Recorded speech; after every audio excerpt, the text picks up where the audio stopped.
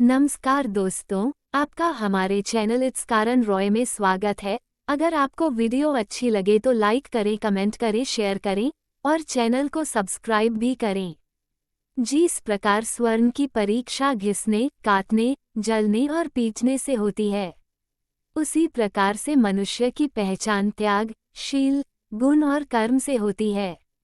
स्त्री का गुरु उसका पति है, अतिथि सबका गुरु है। ब्राह्मण, क्षत्रिय, वैश्य और शूद्र का गुरु अभिनय है और इन सभी वर्णनों का गुरु ब्राह्मण है। किसी चीज से तब तक भय करना चाहिए जब तक वह आपके सामने न आ जाए। सामने आने पर उस भय पर बिना परवाह के प्रहार करना उचित है। एक ही माता के पेट से और एक ही नक्षत्र में जन्म लेने वाली संतान उसी प्रकार से गुण और शैल में समान नहीं होते, जैसे कि बेर के सभी कांटे समान नहीं होते। जिसका जिस विषय वस्तु की आकांक्षा नहीं है, वो उस वस्तु का अधिकारी नहीं है। यदि कोई व्यक्ति सौंदर्य प्रेमी नहीं होगा तो वह श्रृंगार शोभा के प्रति उसकी आज शक्ति नहीं होगी। वैसे ही जैसे चतुर व्यक्ति मधुर वचन नहीं बोल पाता और स्पष्ट वक्ता कभी धोखेबाज नहीं होता।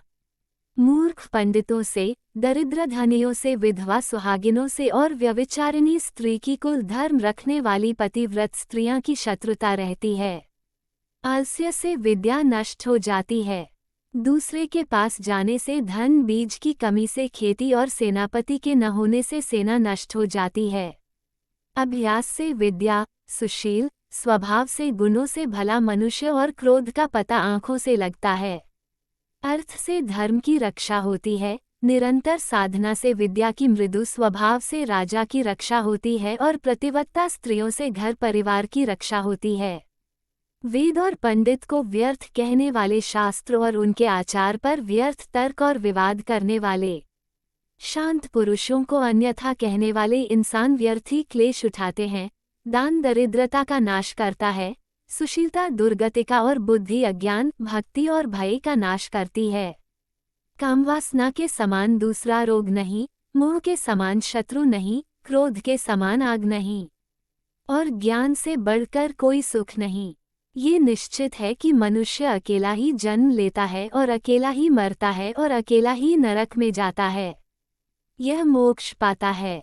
ब्रह्म ज्ञानी के लिए स्वर्ग तिनके के समान है, शूरवीर के लिए जीवन तिनके के समान है, इंद्रजीत के लिए स्त्री तिनके के समान है और जिसे किसी भी वस्तु की कामना नहीं है, उसकी दृष्टि में ये सारा संसार तिनके के समान है। विदेश में विद्याई मित्र होती है, घर में पत्नी मित्र होती है, रोगियों के लिए औषधि मित्र है और मरते हुए व्यक्ति का मित्र उसका धर्म और सत्कर्म है। समुद्र में वर्षा का होना व्यर्थ है, तृतीय व्यक्ति को भोजन करना व्यर्थ है, धनिक को दान देना व्यर्थ है और दिन में दीपक व्यर्थ है। बादल के जल के समान दूसरा जल नहीं है, आत्मबल के समान दूसरा बल नहीं है, अपनी आँखों के समान दूसरा प्रकाश नहीं है और अन्य के समान दूसरा प्रिय पदार्थ नहीं है।